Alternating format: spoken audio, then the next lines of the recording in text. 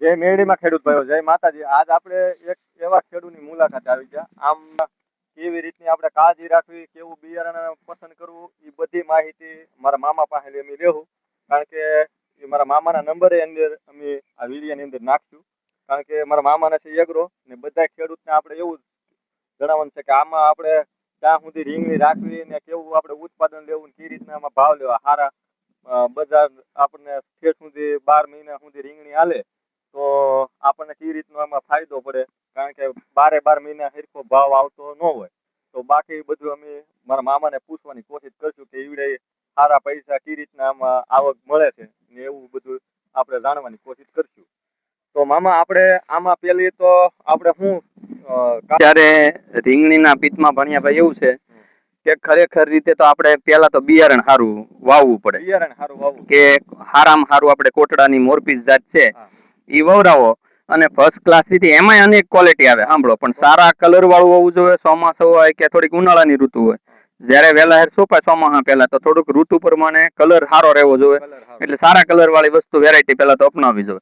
અને બીજું કાળજી એ રાખવી જોઈએ કે અત્યારે ચોમાસાનું એક ધારા વરસાદને કારણે અત્યારે ચોમાસામાં એક ધારા વરસાદને કારણે ઈયળ આવતી હોય, ડોકા મરડી આવતી હોય અને ફૂલ ખરી જતા હોય ને એની માટે માનો કે તમારે અત્યારે ઈયળ માટેની ખાસ એક ઓલી વેલોક્સ કરીને આવે દવા. પછી કોઈ માણસો કોરાજન છાંટતા હોય છે, વેલોક્સ હોય. પછી સુમિપ્રીત હોય, ઝીણી જીવાત માટે સુસ્યા પ્રકાર માટે સુમિપ્રીત છાંટવાની. અને ખરેખર સારા હુમિક ને આનતે એવું તમે વાપરો તો રીંગણીમાં એકદમ હુમિક છે, એમિનો એસિડ છે, ફુલિક છે, એ બધું ભેગું આવે. ફાલ ફૂલની છાંટો, અનેક કંપનીની અલગ અલગ વેરાયટીની દવાઓ છાંટો. પણ તમે બને ત્યાં સુધી ઈયળ અને ડોકા મળી ન આવે એટલે વરસાદમાં ખાસ ધ્યાન રાખવું પડે, હળો ન બે. તો મારા મામાનું કહેવાનું એવું છે કે ભાઈ આપણે ખાસ ડોકા મરડીનો અત્યારે પ્રોબ્લેમ રહેતો હોય ચોમાસાના ઓલા ઉપર. તો પછી આપણને જે ડોકા મરડીની જે ઈયળનું મારા મામાએ તમને જે કીધું છે એ રીતની બધી યુમિક ને એ રીતની બધી દવા છાંટવી. પછી બિયારણ એક સારું પસંદ કરવું એવું કહેવાનું છે. પછી આપણને એક હજી પ્રશ્ન આવતો હોય કે આપણે આને માનો કે 12 મહિના 1.5 વર્ષ સુધી હાલતી છે મામા. હા, એને 8 મહિના હોય, વરસ હોય, 1.5 વર્ષ હોય, હવા વર્ષ સુધી, વરસદી ઉપર હાલે. હા, તો આપણે આ માનો કે ભાવ નથી આવ્યા તો કોઈ ખેડૂત તો ટકાવી રાખવી હોય, હા ટકાવી રાખવી હોય તો આપણે લાંબા સમય સુધી રીંગણી ટકાવી રાખવી હોય તો આપણે શું કરવાનું કે રીંગણી દેશી ખાતર ભરીને વાવવાની હોય. પછી રીંગણીમાં માનો કે સમય 2-4 મહિના વયા જાય એટલે દેશી ખાતરનો તત્વ ઘટી જાય. રીંગણીનો છોડ જબરજસ્ત હોય જો આપણે ગળે ગળે આવ્યો. હવે આનો છોડની પ્રમાણે ખાતર ને ખેંચવાની પોષણ પૂરું જોતું હોય ત્યારે એવડો છોડ થાય. પછી એની માટે આપણે એક જો ખેડૂત ભાઈ છે આપણે પશુપાલન નું કરતા હોય ને ઘરના માલ ઢોર હોય એટલે એને ઉપલે હેઠ જ્યાં ધોરીએ નાકા પાડતા હોય ને ઈ ન્યા એને ખાતરની જગ્યા મૂકીને ઉથરેટી પાડી રાખવાની ઢગલાની દેશી ખાતર. અને જ્યારે એને એમ થાય કે હવે ખાતર ઘટી ગયું છે તો એમાં જો એમાં આપણે ફૂટક્યા મૂકેલા છે, આમ રાખો બસ હવે તું અંજી થાય, આપણે એમાં જો પાણીના ફૂટક્યા મૂકેલા છે અને એમાં એક જણો પાવડે પાવડે ડોળતા જાવ એટલે આખી રીંગણીમાં ખાતર લાગી જાય. એટલે નાંગ્યા ઉથરેટીમાં દોડવાનું હોદમાં અને નાંગ્યા ફૂટક્યા રાખવાના એટલે નહીં ડોળ જ પાણીનો જ્યા કરે. અને હા, જે કેમ આપણે દેશી ખાતર હોય કે આપણે ઓર્ગેનિક કોઈ ખાતર બનાવીને કેમ આપણે જીવામૃત ને આંતે ને એવું છે, જો ઈ ઓર્ગેનિક બનાવો તો બહુ અતિ ઉત્તમ. કે માનો કે ગોળ છે, ગાયનું સાણ છે, ગૌમૂત્ર છે ને એવું નાખીને તમે શેણાનો લોટ છે એવું નાખીને તમે જે કાંઈ ગૌમૂત્ર ને બધું ભેગું કરી અને જીવામૃત ને એવું બનાવો, ઘન જીવામૃત ને તો અતિ ઉત્તમ. પણ ઈ કાંઈ તમારથી કાંટી ન થાય તો સીધી ટ્રેક્ટર ઉલાળીને ઉથરેટી તો થાય કે નહીં.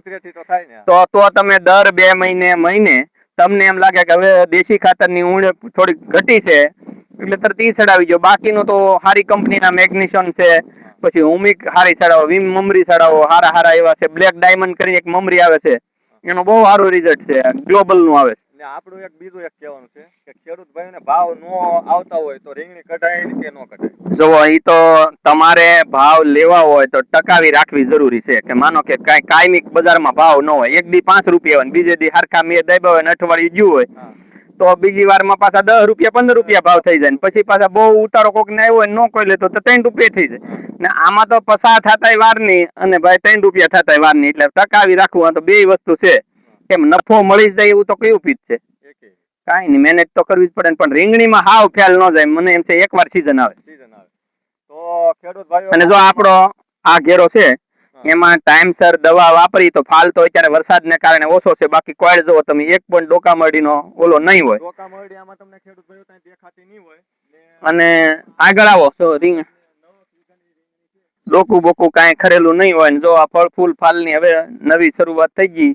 આ દવાનો છંટકાવ ખીરે જો પછી આમાં અંદર રીંગણા હોય છે. આમ જો આ છે ને, જો આ ક્વોલિટી ઉતાર લીધા છે ને થોડાક. આ ઉતારીને જે ઉતાર્યા છે. આની ક્વોલિટી જો મોરપીસની. મોરપીસ પસંદ એટલે મોરપીસ મોટી સાઈઝ જ ઉતારે. જો આ મોરપીસ માર્કેટની અંદર અત્યારે હાલે છે. અને જો રીંગણીના બીંગણીના છોડ જોવો તમે બધું, અને એમાં કોઈ જગ્યાએ ડોકા મળી નથી. ને હવે પછી છે ને આ વરસાદમાં અમે બહુ ભાવ નહોતા એટલે બહુ કાંઈ માવજત ન કરતા, સમજ્યા? ને વધારે માવજત કરી તો અત્યારે કાંઈ કામનું નતું. ભાવ 3 રૂપિયા ના અંતે નતા, હવે થઈ જાય ભાવ. એટલે હવે બધા હાંસવાય.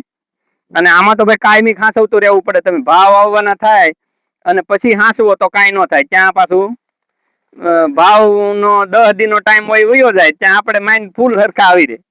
અમારે આ ભાઈ જો અહીંયા આવી ગયેલા છે, કારણ કે અમારે રીંગણીના ઓલામાં ગામની અંદર આટો મારવા ઈ ભાઈ આવી ગયા છે.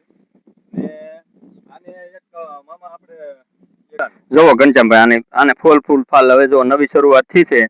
અને આને જો તરત આ છે ને, હવે આને તરત બેઠીકું જ આવે. જે કાંઈ ઓલા હોય ને એ તાત્કાલિક આને સારી છે. બાકી તમે આને ટાઈમસર માવજત કરો તો કાંઈ વાંધો નથી. અને પછી તો આ જમરો આવવાનું કારણ તો જો ભાણાભાઈ હજી છે ને, હજી કોઈ એવું ખાસ કોઈ ખેડૂતો જો કહી ન કે આ બાબતમાં આવે છે જમરો, કે આ બાબતમાં જો રીંગણાની ક્વોલિટી આવી હોવી જોઈએ. આ રીતની હા, કલર વાળી હોય તો ભાવ સારા આવે આપણને.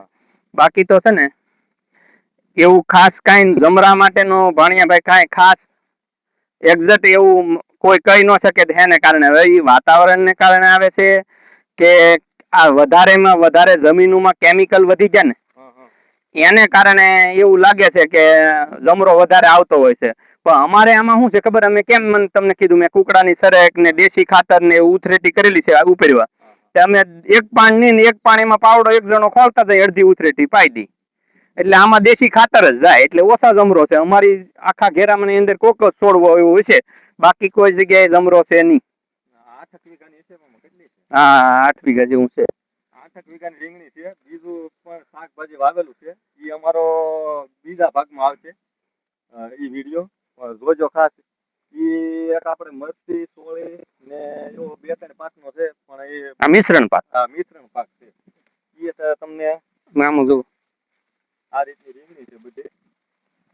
તો ને પછી તો હું સતત વરસાદને કારણે, કારણ કે અત્યારે સુધી ઓછો ફાલ હતો. જો હવે આમાં અમે ઉતારે ને તો અત્યાર સુધી અમે એટલા રીંગણા ઉતારતા ભણીએ ભાઈ કે તમે વેયે નો પોગો બરોબર. એટલે તમે આમ ઢેડા જ કરો ને ઢેડા જ કરો. ભાવ 2-3 રૂપિયા જતો એટલે અમે ઓછી હાંસવતા. પછી નકર તો એટલી રીંગણી માં તમે ગમે એવી છે સારી ક્વોલિટી હોય ને સારું ખાતર પોતાને દવા રાખો એટલે એમાં કાંઈ ઘટે નહીં. એમાં ખાલી 20 રૂપિયા જ ભાવ આવતો હોય તો ખેડૂતને રીંગણીમાં કાંઈ વાંધો ન આવે. એટલે રીંગણી જો ખેડૂત ભાઈઓને છે ને સોંપવી હોય તો તે સુધી રાખવી તો પૂરતા ભાવે મળે ને તમને વધારે ઓલું નહીં તો હાવ 2 રૂપિયામાં જતા હોય ને તો હાંસવીણમાં ફેર પાડો એટલે એ પાછો એનો વારો ફેલ વયો જાય. આની અંદર જો કેટલો જો આની અંદર કોળ અને ફૂલ ફાલ છે. જો આ અઠવાડિયામાં છે ને આ પાછા ભરપૂર થઈ જાય. જો તો એની અંદર અમે કારેલી ને મરચી ને સોળી નો પાક નો વિડીયો બતાવવાની કોશિશ કરશું, પણ બીજો ભાગ જોજો. તો અમે મારા મામાના સંપર્ક એમાં નંબર નાખ્યું સ્ક્રીન ઉપર કે એને સંપર્ક કરીએ તો પૂરી માહિતી તમને આપવાની કોશિશ કરશે. એથી દવાની માહિતી આપશે ને દવા કાંઈ ન મળે તો ખારી કૃષ્ણ એગ્રોમાં ખારી કૃષ્ણ એગ્રો મળી જશે. ખારી કૃષ્ણ એગ્રો એજન્સી